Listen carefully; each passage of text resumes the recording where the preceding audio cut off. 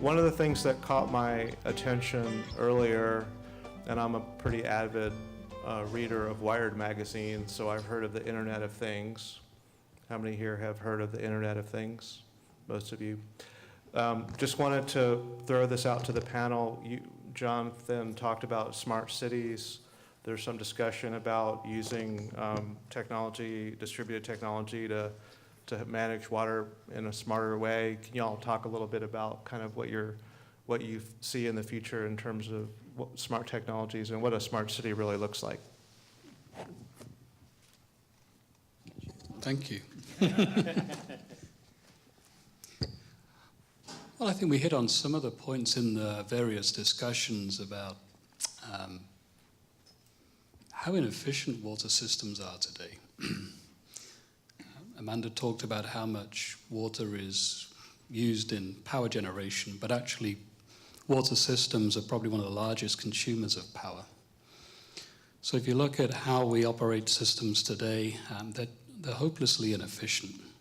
In using smarter technology, higher computing power, smarter distribution systems, more local to communities, we can really do a much better job in using that water, and then also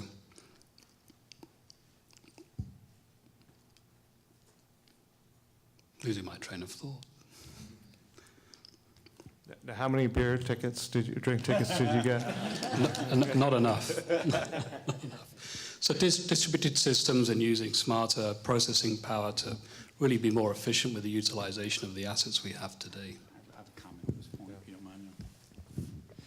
I don't know if you'll notice, but one of our microphones is broken, so apparently this is part of the rig system. We got. You were born in Africa, didn't you? Probably did it. I just want to say, one of the businesses that I was in was we provided technology solutions to local governments. And what we found is that the technology in local governments is just dramatically behind private industry. And there's some financial reasons. There's also some structural reasons. Local governments have very cumbersome bid and acquisition procedures. And those procedures literally take so long that by the time they finish them, the technology they're buying is out of date. And so there's something else we got to look at is somehow we've got to figure out how to make local and state government much more competitive with the private sector in the IT area. Okay, this is going to be a question for all four of you, because I know in some form or fashion, all four of you will be able to render an opinion about this. So let's just talk about the physics for a second of filtering. Filtering can be depth filtration or surface filtration. Filtering is a key component of making water clean. Oysters filter. I know there must be filtering technology in the oil and gas business. There's probably filtering technology in the municipal water supply business, and the ultimate filtering is nanoscale filtering. So tell me about the filtering that you guys are familiar with.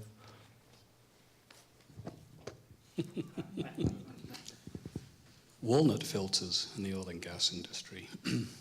Walnut shells. Black walnut shells. Okay. Well, it really started out with sand filters.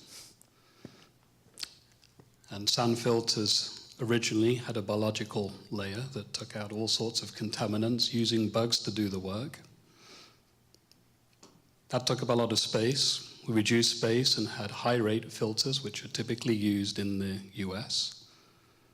And now as we get concerned with pathogens, such as cryptosporidium, other things in the water that make you sick, we look at membranes, a very tight filtration surface that's almost guaranteed to take out these nasty contaminants in the water.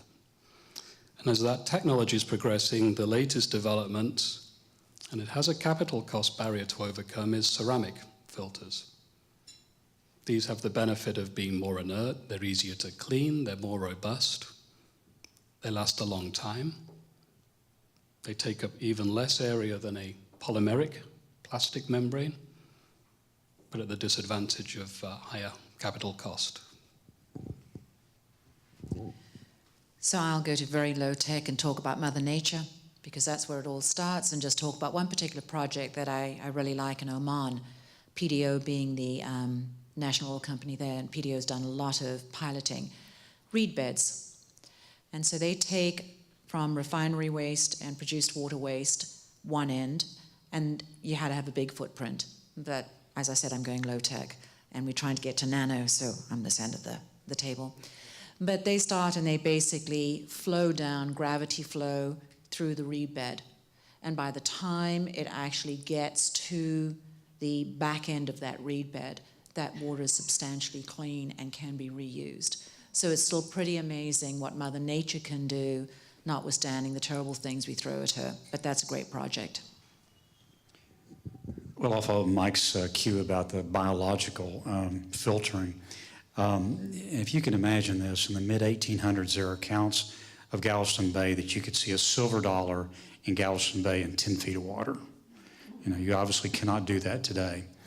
And the principal difference between today and then was that starting in the 30s and up through, finally stopped at about the 60s, is we mined oyster shell out of Galveston Bay to build aggregate for concrete and driveways and road beds. Literally hundreds of millions of tons were dredged out of Galveston Bay.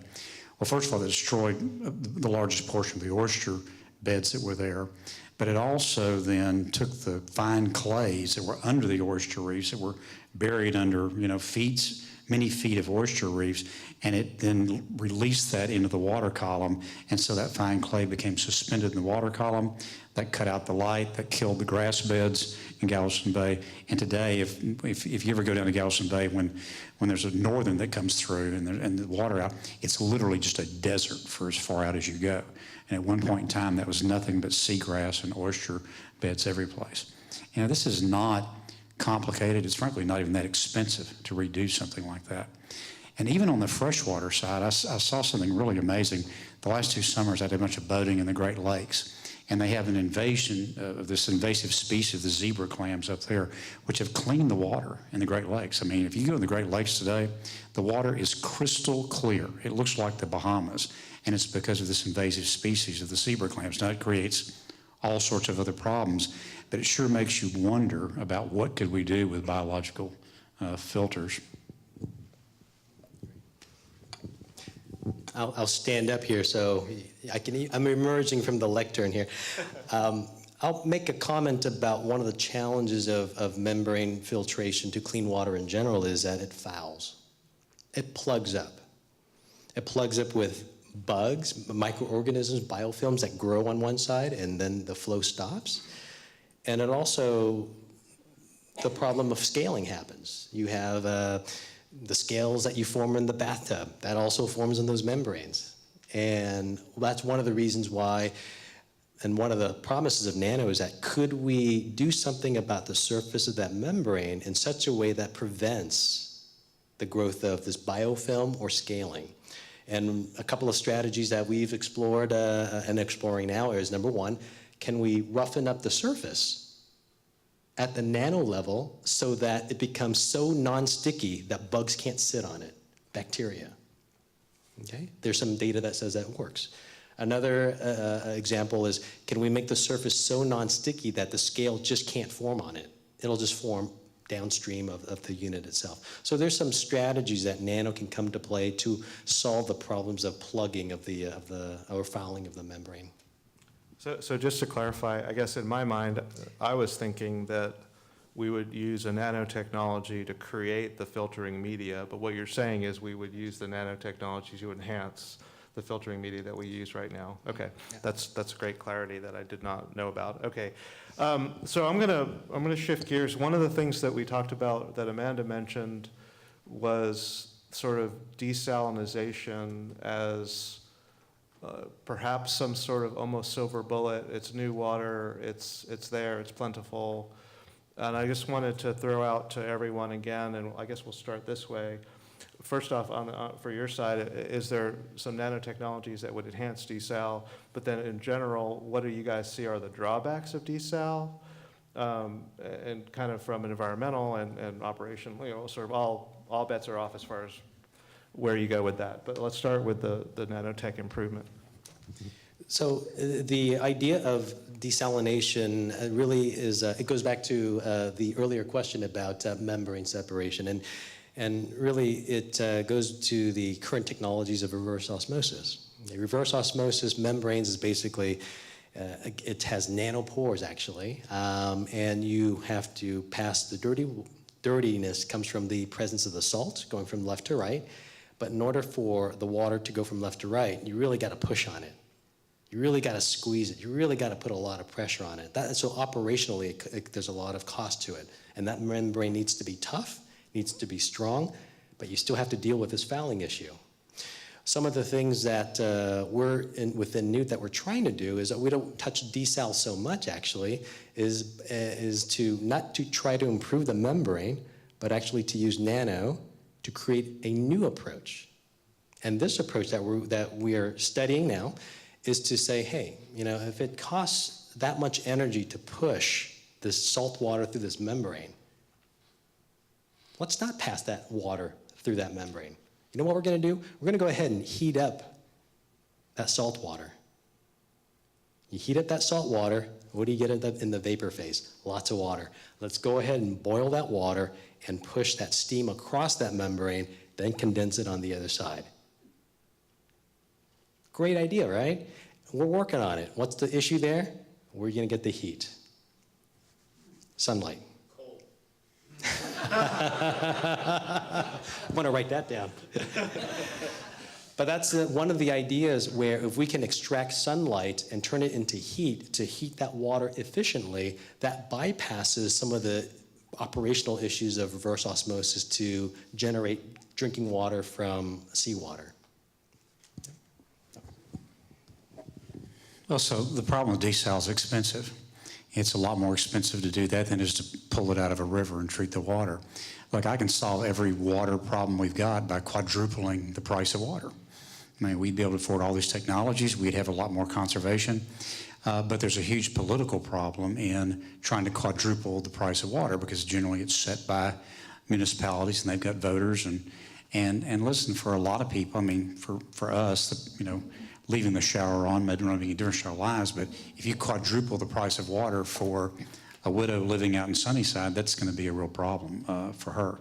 So the whole, Brian? I will. I'll let you do that. Well, yeah, that's yours, yeah. And let me tell you, this is the sort of perverse economic incentives that there are in this system. You say, I want the city of Houston or any municipality to conserve water, okay? But the problem is they make money by selling water, and they sell it by the gallon, and so they want to sell all the water they can possibly sell you. So for them to adopt a conservation program is working against their own economic self-interest. So again, the fundamental dynamics of the economics of this is really working against us. Okay, desalination. It has a negative connotation in many places, but do you know what? We have hundreds, many small, desalination plants in Texas. We have the largest, it was at one point, the largest inland desalination plant in the world, out in El Paso. So what we don't have is we don't have a seawater desalination plant yet, but that's being worked on and piloted, and Corpus Christi and others in industry are seriously looking at that. What is wrong with desalination? It is more expensive than traditional sources if you can access them. If it is seawater, you've got this concept of entrainment impingement. When you bring it in, are you in fact having a negative impact and sucking in fish eggs, small fish? You do. I think this is gone. Can people hear me? Yeah. Okay. The microphone's dying, yeah. And the other thing is you produce, it's rigged, African, I didn't do it. Another rigged microphone. When you desalinate, for every, say, 2 gallons of water that you pull in, you create 1 water of desalinated water and 1 water that now has double the amount of brine in it. What do you do with that brine? If it is discharged into the ocean, there are mechanisms and just the natural movement of the ocean that it can get to a dispersal limit. Onshore, you've got brine, what are you going to do with it? That becomes deep well saltwater injection wells. But we are now getting smart, a lot more technology where you can potentially mine that brine for constituent parts that can be used in other industries, including some as simple as, 10-gallon brine that can be used in the oil and gas industry. So a lot of issues, energy intensity, a lot of filing in the membranes, a lot of things can be done. But at the end of the day, I will tell you that the only drought-proof solution we have today is desal. And if we are concerned about supply and concerned about drought, we better have some access. Tell that to the people in the Middle East. They exist on desalination. That's the only way their economies keep going. I think we covered most of the topics. But I think you hit it on the nail on the head, is the energy cost is huge for desalination. That's why it's only a small part of the Texas state plan. That's why there are so few seawater desal plants in the US. But there are some developments in technology. I'm interested in the nano side of things, but heating up and thermal solutions are actually the most expensive way of desalting water. That's why RO is becoming the dominant technology. There are some electrodeionization technologies that were being developed by Siemens out in Singapore, actually, that were looking at halving the cost of desalting. That would generate the growth in the technology, but it's got lots of challenges: aquatic life, discharge, huge energy consumer. Okay. Well, I'm going to go ahead and I'll ask the last one that I've got planned, and then we'll open it up to the audience question time. So in 1972, believe it or not, Congress actually overrode President Nixon's veto. So that was more than two-thirds of the Congress voted to override the veto of the modern Clean Water Act, which created a permitting program for all wastewater discharges, municipal and industrial. And it also established the goal of having all waters in the United States be fishable and swimmable. And then in 1987, Congress again overrode a presidential veto. This time it was President Reagan, to add municipal and urban stormwater runoff to the permitting program. So now pollutants in municipal wastewater, industrial wastewater, construction site runoff, and municipal urban areas are all required to have a permit to discharge, and they all have to remove pollutants. So my question to all the panel members who care to answer is, why haven't we got good water quality yet?